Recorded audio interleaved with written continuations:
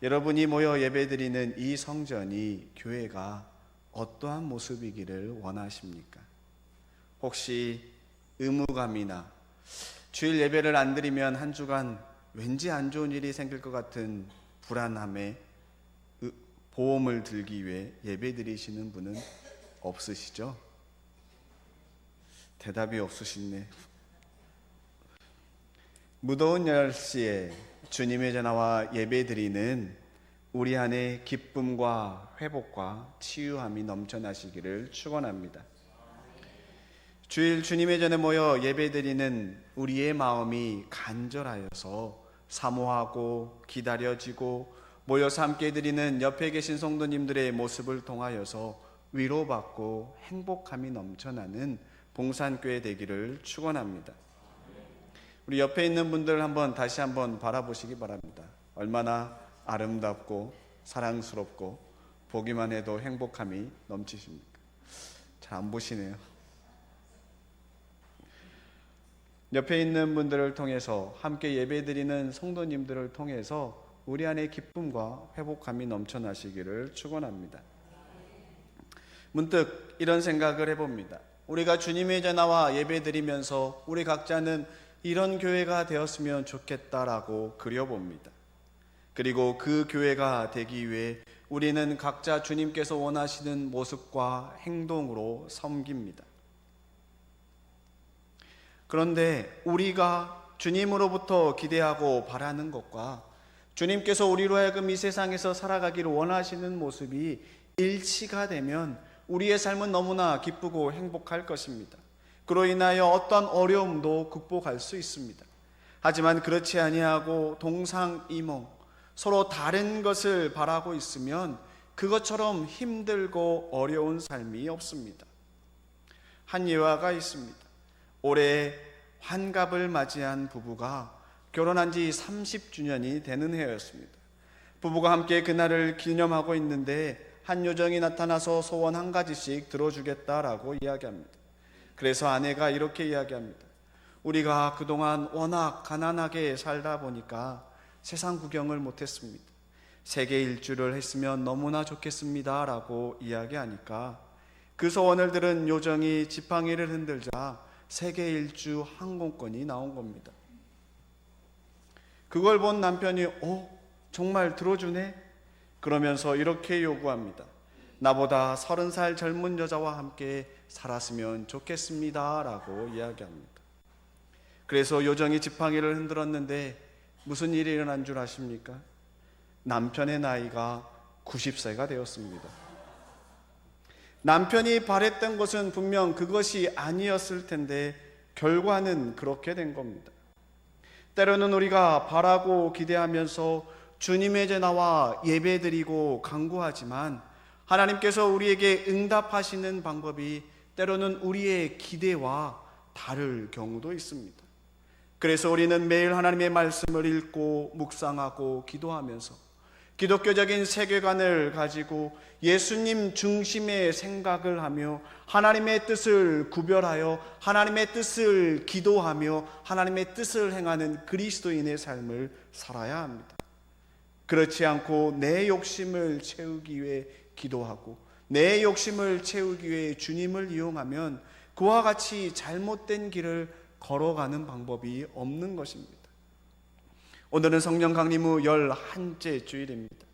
주님께서 우리에게 주신 에스겔 말씀이 하나님께서 이 땅에 있는 교회들을 회복시키시고 회복된 교회의 모습과 역할에 대해서 이야기합니다. 그리고 신약의 말씀을 통해 회복된 교회의 모습이 어떠해야 하는지, 회복된 그리스도인의 삶이 어떠해야 하는지를 이야기하고 있습니다. 먼저 에스겔 말씀입니다.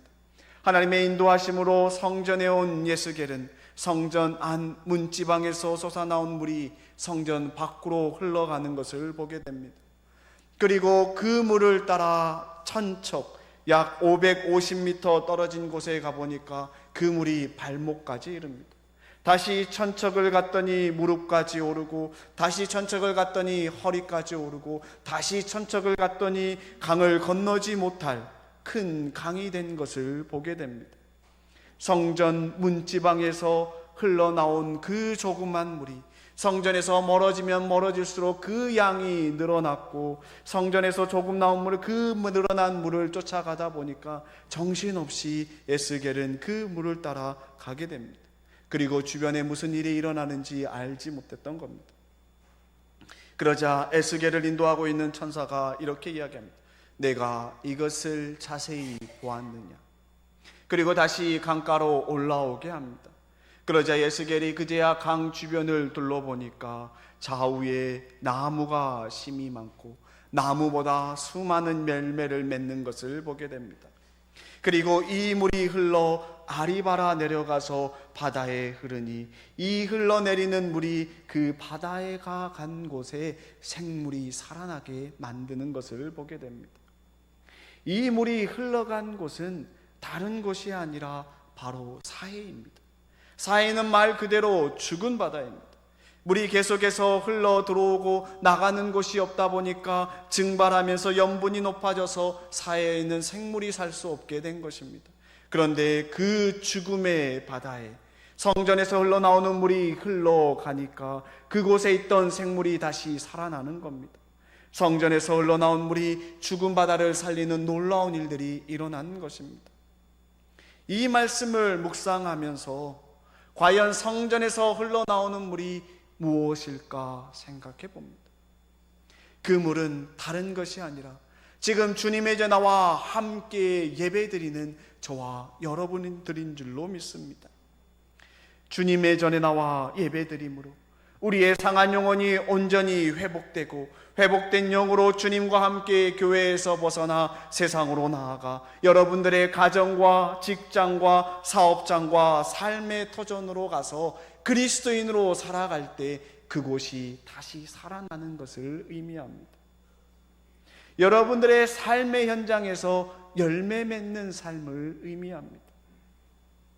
성전에서 예배드리고 돌아가는 우리가 살아가는 그 세상이 바로 사해이기 때문입니다. 그곳에 살아있는 생물이 없는데 성전에 솟아난 물이 그리스도인들이 들어가 살게 되는 겁니다.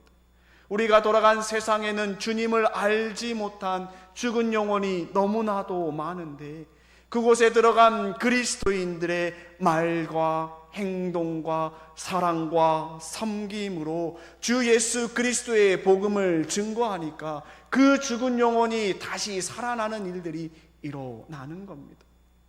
어떻게 우리가 이 죽은 세상을 살릴 수 있습니까? 그것은 바로 성전이 기도하는 집이기에 가능한 것입니다. 예수님께서 예루살렘에 입성하시어 성전을 들리셨는데 성전에서 기도하지 아니하고 장사하는 모습을 보고 성전에서 몹시 화를 내시며 성전에서 장사하는 자들을 모두 내쫓으시면서 하셨던 말씀이 내 집은 만민이 기도하는 집이다 라고 말씀하셨습니다. 성전은 기도하는 집입니다. 성전에 모여 기도하며 하나님의 뜻을 구할 때 하나님께서 우리의 영을 회복시키시고 회복된 우리가 가는 곳곳마다 생명이 살아나는 일들이 일어날 줄로 믿습니다. 오늘 저와 여러분들이 함께 읽은 사도행전 말씀이 그러합니다. 제9시 오후 3시 기도 시간에 베드로와 요한이 성전으로 올라갑니다. 초대 그리스도인들은 하루에 3번 아침 9시, 오후 3시, 저녁 해질 무렵 시간을 정해놓고 기도하였습니다. 하루의 시간을 정해놓고 하나님께 기도하기 위해 성전에 가는데 성전 미문에 성전 들어가는 입구에 나면서부터 걷지 못한 자가 앉아 있습니다.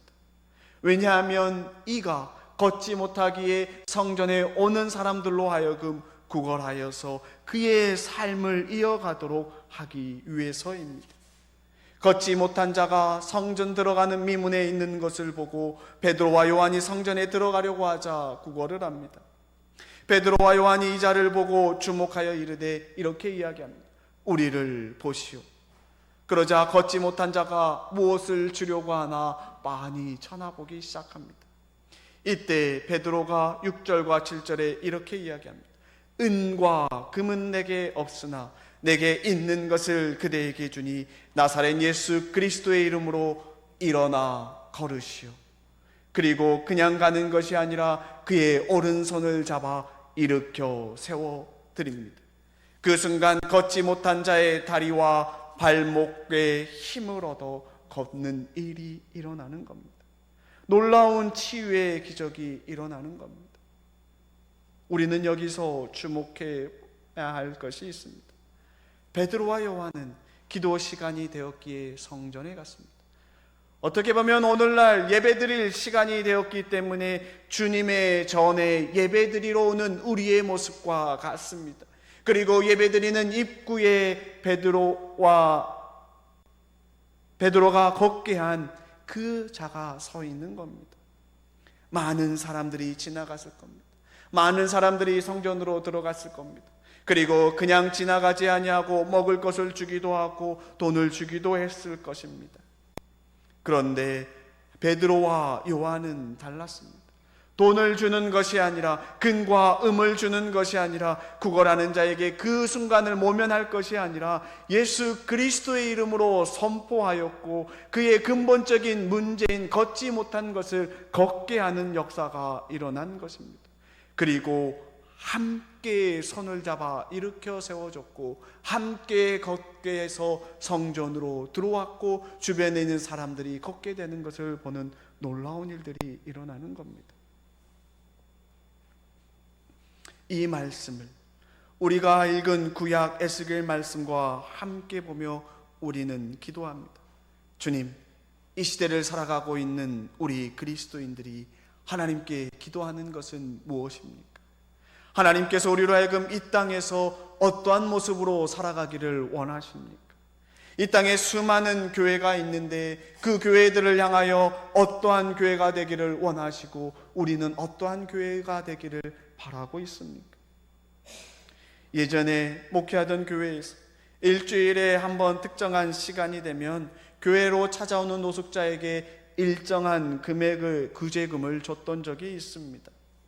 그렇게 하다 보니까 그 시간이 되면 어디서 알게 됐는지 수많은 사람들이 몰려와서 일정 금액의 구제금을 받아가는 걸 보게 됩니다. 그런데 그 예산이 만만치 않습니다. 그런데 그들을 보면서 매번 이렇게 해야 되나, 어떻게 이 문제를 해결해야 되나 고민했던 적이 있습니다. 예전에 원주 영광교회에 있을 때도 한 청년이 찾아왔습니다. 청년이 찾아왔길래 딱 봐도 도움을 요구하는 사람이길래 청년 목회자인 저에게 연결해 준 겁니다. 어렵게 만나서 그 청년과 이야기를 하는데 그 청년이 처음 저를 보면서 하는 이야기가 목사님이세요? 라고 묻더니 되게 무섭게 생기셨네요 라고 이야기하는 겁니다. 무섭게 생긴 얼굴은 아닌데 무서워했습니다. 그래서 그 청년과 여러 가지 이야기를 나누고 고민 제목을 듣고 어떤 계획을 갖고 있는지 나누면서 그 나누었던 이야기들을 기록해 두었던 기억이 있습니다. 그런데 그 대화를 마치고 청년이 이렇게 이야기합니다. 배가 고픈데 먹을 것이 필요하다는 겁니다.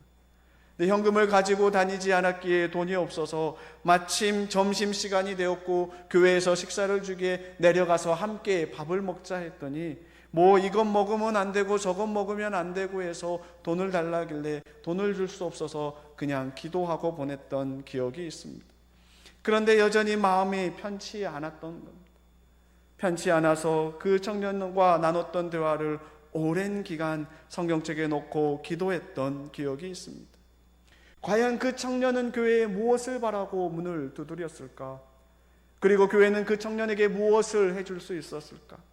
어떻게 보면 오늘 사도행전에 기록된 성전 미문에 앉아있는 걷지 못한 자와 그게 다르지 않을까라는 생각을 해봅니다. 오늘 본문과 함께 보는 마가복음서 말씀에 예수님께서는 수많은 사람들을 고치시고 귀신을 쫓는 분주한 가운데 반드시 잊지 않고 행했던 일이 있습니다. 마가복음 1장 35절에 새벽 아직도 밝기 전에 예수께서 일어나 나가 한적한 곳으로 가서 거기서 기도하시니라. 수많은 사람들을 고치시고 분주하게 생활하면서 늘 기도하는 일을 잊지 않았던 겁니다. 베드로와 요한 또한 정해진 시간에 기도하러 가는 그 길에 만난 걷지 못한 자를 걷게 한 것입니다. 단순히 돈을 준 것이 아니라 평생 걷지 못한 것이 아니라 걷게 해서 스스로 그 문제를 해결하며 살아갈 수 있도록 근본적인 문제를 해결해 준 겁니다. 우리가 기도하지 않으면 하나님께서 우리를 통하여 하시고자 하는 일이 무엇인지 알지 못한 채, 하나님께서 우리 봉산교회를 통하여 하시고자 하는 일이 무엇인지 알지 못한 채 그저 내 것만 바라보고 나만의 세계에 갇혀서 나를 위한 신앙생활만 하고 있는지도 모릅니다. 사랑하는 성도 여러분, 오늘 본문의 말씀을 통해 기억해야 할 것은 성전에서 솟아난 그 물이 성전 안에만 머무르는 것이 아니라 성전 밖으로 흘러갔고, 성전에서 더 멀리 가면 갈수록 그 물의 양이 많아졌음을 이야기합니다. 그 물은 다른 사람이 아니라 우리 개개인이고, 주님의 전에 나와 성전에 나와 예배드리며 우리가 세상으로 나아가 어떠한 모습으로 살아가야 할지를 다시 한번 생각하게 하는 말씀입니다. 어떠한 모습으로 세상에 나아가시겠습니까? 하버드대 출신의 심리학자가 자신의 못생긴 외모 컴플렉스인 한 여성을 상대로 다음과 같은 실험을 했습니다. 자신을 꾸미지 않아 항상 단정치 않은 모습을 하고 있고 매사 싱그렁 불평만 하는 그녀에게 심리학자는 매일 다가가 이렇게 이야기합니다. 당신은 정말 아름답습니다. 당신은 정말 유능합니다. 오늘 참 잘하셨습니다. 계속해서 칭찬을 해주었습니다. 얼마의 시간이 흐른 뒤 사람들은 놀라운 사실을 발견하게 됩니다. 못생겼다고 생각된 그녀가 예뻐지기 시작한 것입니다. 과거의 구질구질함을 벗고 치장을 즐기게 되었고 어느새 당당하게 자신을 드러내고 있는 모습을 보게 된 겁니다. 어떻게 그 큰 변화가 일어날 수 있었습니까? 사실 그녀의 외모는 조금도 바뀌지 않았습니다. 의술을 빌려서 성형수술을 하지 않았음에도 아름답게 변한 변화의 근본적인 원인은 한층 강해진 그녀의 자신감이었습니다. 심리학자가 매일 해준 말, 당신은 정말 아름답습니다. 당신은 정말 유능합니다. 생명을 살리고 죽이는 것은 바로 우리의 말 한마디에 달려 있습니다. 무더운 여름 폭염 속에서 고생하는 분들에게 작은 사랑, 시원한 물을 건네며 힘을 주는 한마디를 건네는 것과 더운데 일을 이것밖에 하지 못합니까? 라고 재촉하는 것은 너무나 다른 결과를 가져오게 됩니다. 교회 안에는 다양한 사람들이 모입니다. 직업도 다양하고 연령도 다양하고 정치적 색깔도 다양하고 가치관도 다양합니다. 이 다양한 사람들이 함께 모여 예배드리기에 모두가 다 내 마음에 들 수는 없습니다. 내 마음에 들지 않는 사람과 주일 예배를 드리고 돌아가기 전에 어떠한 이야기들을 나누십니까?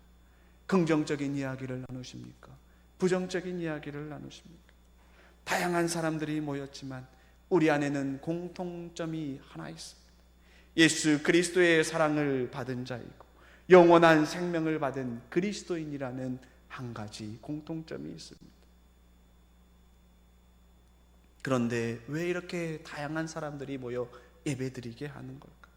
그것은 우리 각자가 속한 다양한 환경 속에 흩어져 나아가 내가 알고 있는 예수 그리스도, 주일 주님의 전화와 만난 예수 그리스도, 회복된 예수 그리스도의 영을 가지고 나아가 복음을 전하라는 겁니다.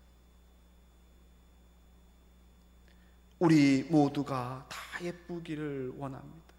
나만 예쁘기를 원하는 것이 아니라, 나만 주목받기를 원하는 것이 아니라 서로 다른 모습 속에서 각자가 가지고 있는 모습 속에서 각자가 가지고 있는 삶의 현장에서 주님의 영광을 드러내기를 원합니다. 사랑하는 성도 여러분, 성전 안 문지방에서 솟아나온 물은 처음부터 많은 양의 물이 아니었습니다. 아주 조그마한 양의 물이었지만 이 물이 성전에 나가면서 멀어지면 멀어질수록 그 양이 점점 늘어나는 것을 보게 됩니다. 우리가 교회 안에서 먼저 사랑과 회복에 대한 작은 움직임이 있어야 세상을 변화시킬 힘이 교회에서 나오는 겁니다. 우리가 먼저 기도하고 예수님께서 기도하셨고 베드로와 요한이 기도의 시간을 지켰던 것처럼 주님의 전화와 기도하고 서로에게 힘이 되고 격려가 되는 말을 하는 것에서부터 시작되는 겁니다. 일주일 만에 만나서 할 이야기가 얼마나 많습니까? 서로의 삶을 나누고 기도 제목을 나누고 사랑을 나누면서 서로에게 힘과 위로가 되며 격려가 되는 말을 나누는 봉산 공동체가 되시기를 축원합니다. 주일 예배를 드리고 교제를 나눈 후에 각자의 삶으로 되돌아갔을 때 우리가 얻은 새 힘으로 말미암아 죽은 세상을 살리는 생명수가 되시기를 축원합니다. 어떤 사람이 괴테에게 물었습니다. 용기가 정말 그렇게 중요합니까? 괴테의 대답은 물론이죠. 재산을 잃으면 조금 잃은 것이요 명예를 잃으면 많이 잃은 것이지만 용기를 잃으면 전부를 잃은 것입니다. 사랑하는 성도 여러분, 오늘 말씀을 통해 주님께서 우리에게 하시고자 하는 말씀은 이 땅에 있는 한국교회를 통해서 이 땅에 있는 우리 그리스도인들을 통해서 이 세상을 살리는 일, 구원하는 일인 줄로 믿습니다. 주님의 전으로 달려나와 기도하며 예배드리는 우리 모두가 이 성전에서 회복되어서 치유가 일어나고 서로에게 힘이 되어질 수 있기를 축원합니다. 새 힘을 얻은 우리 모두가 이 세상에 담대한 용기를 가지고 주 예수 그리스도와 함께 나아가 주님을 알지 못한 자들에게 주님의 사랑을 전하며 죽은 세상을 살리는 봉산의 그리스도인들이 되시기를 주님의 이름으로 축원합니다.